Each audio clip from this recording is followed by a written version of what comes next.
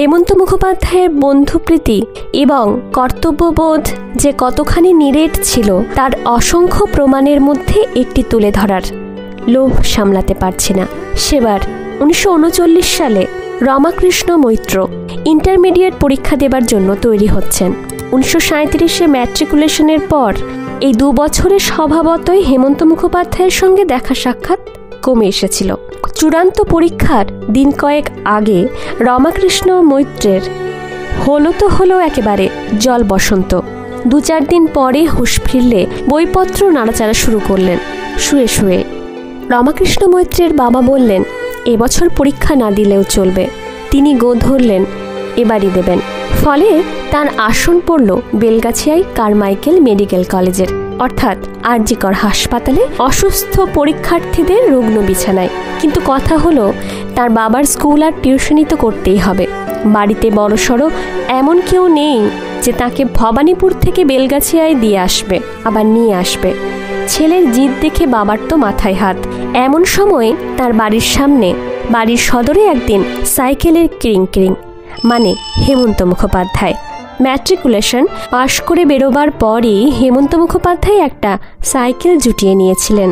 যাদবপুর থেকে শুরু করে সারা কলকাতায় গান বাজনার আসরে যাতায়াত করার জন্যই বোধহয় এই সাইকেল। সে সময়কালে হেমন্ত মুখোপাধ্যায় আর সাইকেল প্রায় অবিচ্ছেদ্য ছিল।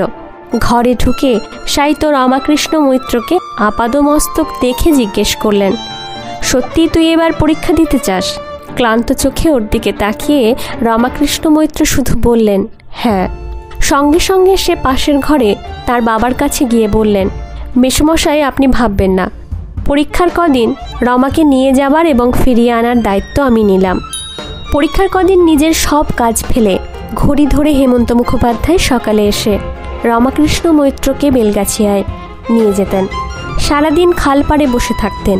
2টো প্রশ্নপত্রের মধ্যে যেটুকু সময় থাকতো তাকে ডাবের জল, ঘোল আর ফল টল খাইয়ে দিতেন। তারপর বিকেল পর্যন্ত বসে থাকতেন, যতক্ষণ না দ্বিতীয় প্রশ্নপত্র শেষ হতো।